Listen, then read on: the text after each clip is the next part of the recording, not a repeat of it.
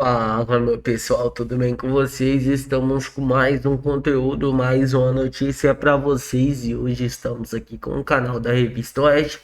Todos os créditos ao canal deles, o link do canal deles está na descrição, no comentário fixado. Você que apoia nosso canal, deixe seu like, se inscreva no canal e não se esqueçam de ativar o sininho de notificações. E sem muitas enrolações, vamos pro vídeo. Envolvendo Bolsonaro, desta vez o Ministério Público Federal não foi consultado. A assessoria da PGR confirmou que o órgão não emitiu parecer porque não foi intimado previamente pelo ministro. Moraes justificou a diligência, afirmando que havia informações divergentes sobre a quantidade de armas registradas em nome do ex-presidente. Ludmila, é comum esse tipo de expediente do ministro, de um juiz, atropelar aí uma possibilidade de parecer do PGR? A gente lembra que houve essa operação da Polícia Federal na casa do ex-presidente, mas não encontraram nenhuma arma. Não só não é comum, como ela é proibida.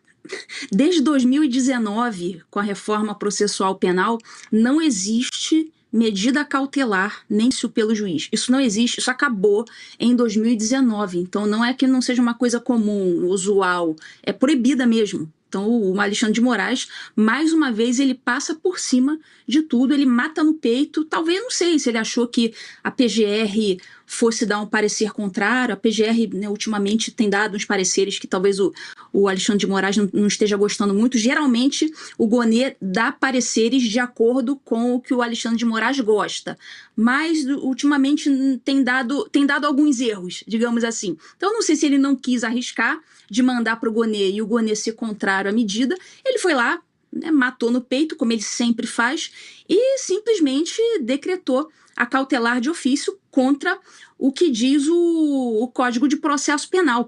E a justificativa que ele deu, eu me dei ao trabalho de baixar a decisão.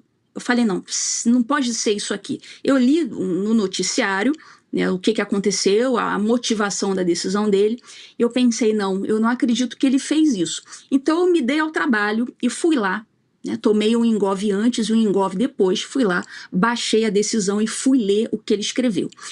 E ali estava escrito que aquela decisão estava sendo dada com base no artigo 66 da Lei de Execuções Penais.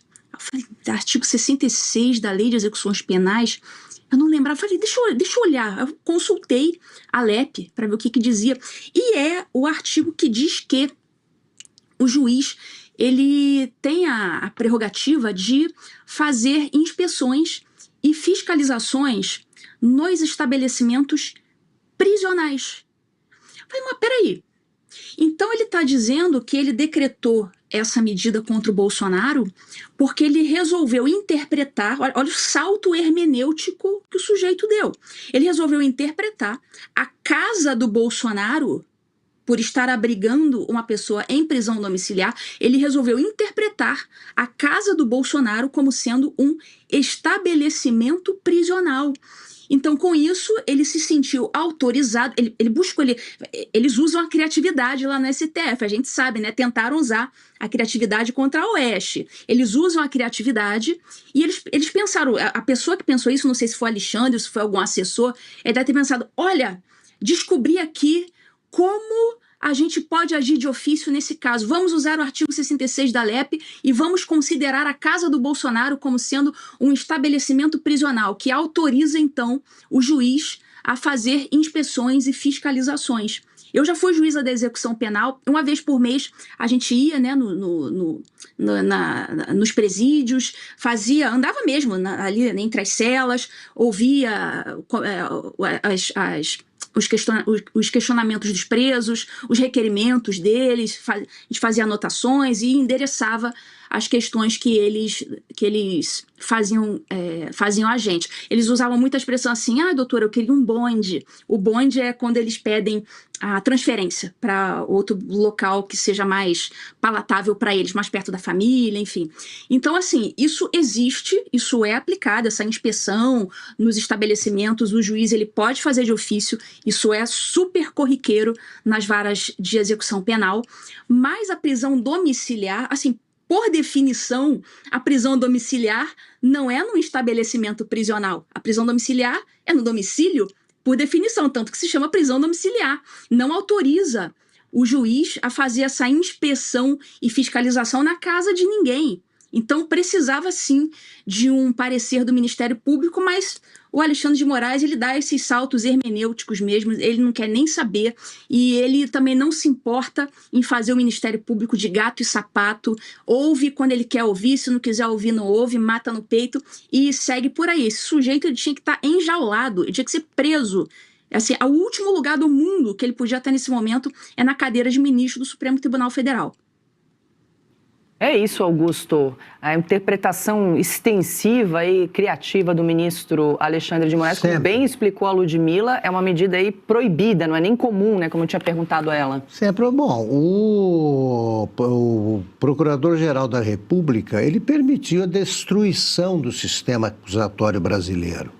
Ele não foi consultado, por exemplo, no momento da instauração do inquérito do fim do mundo. Não foi nem ouvido.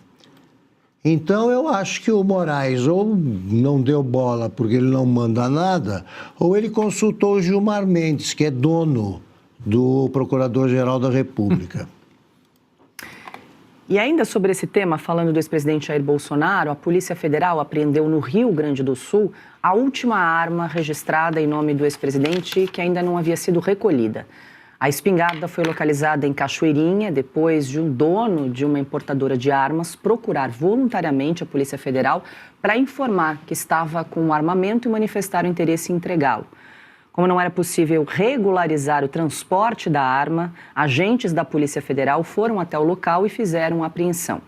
A espingarda era a última arma registrada em nome de Bolsonaro que ainda não havia sido recolhida em cumprimento à decisão do ministro Alexandre de Moraes. Então sufocaram o golpe agora. Agora não tem mais. Agora não tem arma. Desarmaram, não tem armas. A última arma, Segre, eles conseguiram recolher. A gente lembra que isso ainda é uma derivação daquela decisão do ministro Alexandre de Moraes da semana passada, que prorrogou, manteve a prisão domiciliar do ex-presidente Jair Bolsonaro e, na esteira daquela decisão, pediu o recolhimento dos armamentos de Jair Bolsonaro. Essa estava lá ainda no Rio Grande do Sul e foi entregue agora à Polícia Federal. Ele também achava que havia uma tropa aquartelada no quarto da filha do Bolsonaro. Pois é, tivemos até operação na casa do ex-presidente essa semana. Imagina o seguinte, a Laura, filha mais nova, tem 15 anos.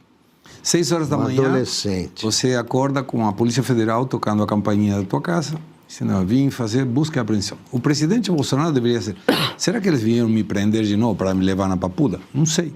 Isso é uma tortura psicológica gigantesca. E a filha, 15 anos de idade, imagina viver nessa situação. Mas aí tinha 2 armas que aparentemente estavam faltando. Uma é essa que está no Rio Grande do Sul, que a defesa do Bolsonaro explicou.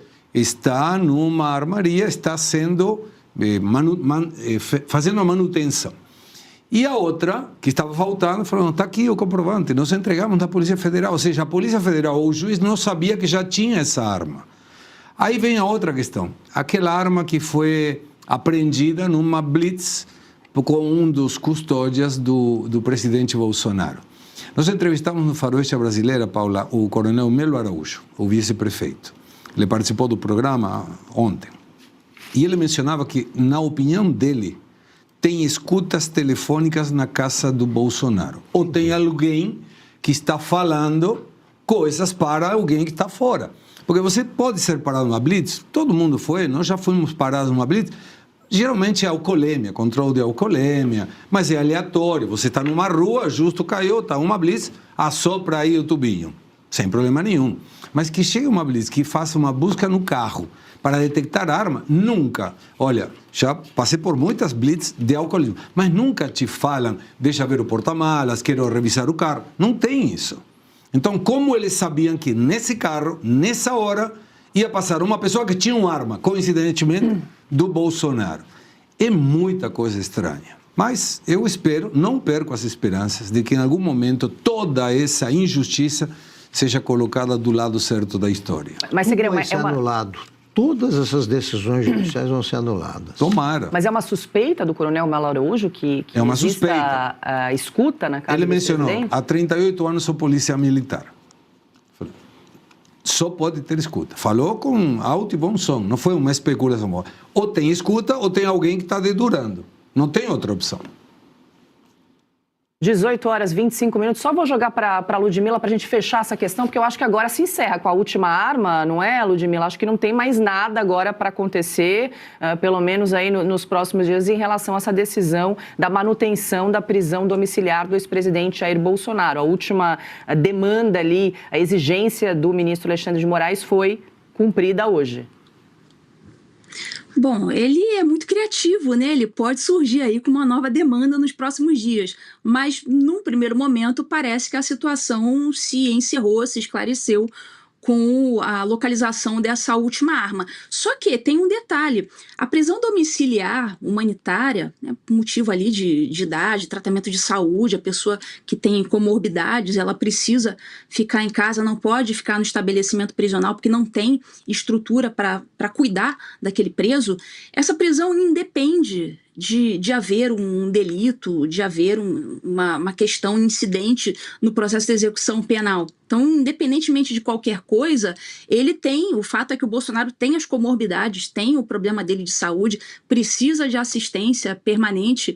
Então, isso aí é simplesmente uma situação paralela que não deveria interferir na questão da domiciliar. Que simplesmente, ainda que ele dissesse, não, essa arma aqui é totalmente irregular, vamos abrir aqui um incidente de execução penal, ele está descumprindo as regras, isso não deveria interferir na questão da domiciliar, porque é uma questão de saúde. Então, uma coisa não tem nada a ver com a outra, mas ele sai vinculando as coisas como se tivesse a ver.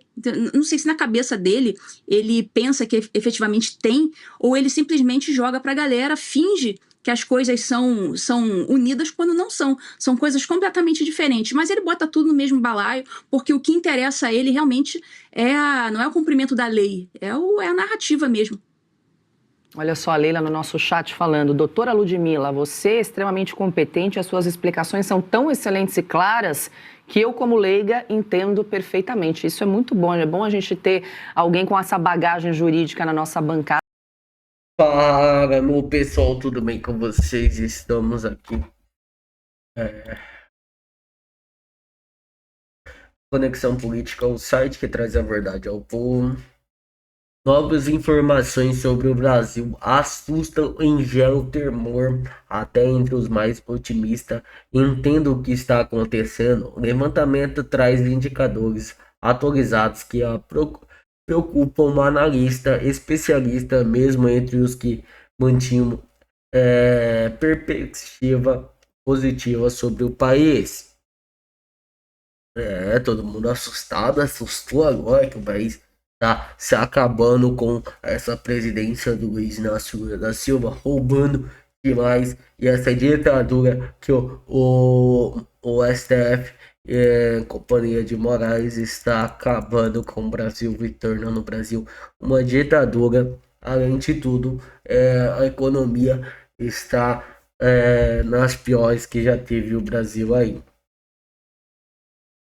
Um contingente de 63,9 milhões de brasileiros com 15 anos ou mais não concluíram sequer a educação básica. Olha a quantidade de brasileiros que não cumpriram a educação básica.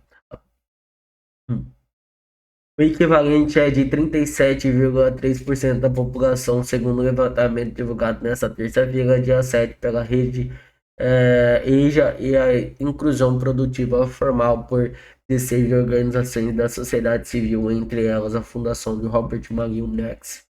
O estudo, baseado em dados da Pesquisa Nacional Amostra de Domicílios, continua a PNAD, continua de 2025 do IBGE. O número supera a população total do país, como África do Sul e Argentina. Teve divisão dos contingentes. O grupo de 63,9 milhões se divide em 3 subconjuntos com perfis distintos. Ao primeiro, réu de 19 milhões de pessoas, nenhuma instrução, com apenas 4 primeiros anos do ensino fundamental. O segundo agrupa 25,6 milhões de iniciaram fundamental, mas não o concluiu. O terceiro soma 19,3 milhões em entretenimento fundamental, mas paparam antes de concluir o ensino médico. As razões para não retornar à escola avaliam por gênero entre os homens principais obstáculos do trabalho entre mulheres. Pensa a responsabilidade com os filhos. As mulheres é as que também mais afetam homens hoje em dia, nem tanto mais antigamente. Não formal porque tinha que trabalhar. Hoje é praticamente a mesma coisa. Os pais querem colocar os filhos no conto mais cedo porque o salário que eles recebem não dá para manter o filho por muito tempo. E as coisas que as pessoas vão crescendo e vão querendo comprar, e o pai recebe um salário mínimo, alemão dá para sustentar a comida básica em casa. A gente tem que lutar por um Brasil melhor para os nossos filhos aí. Muito obrigado a todos que estão acompanhando o vídeo até aqui. Até o próximo.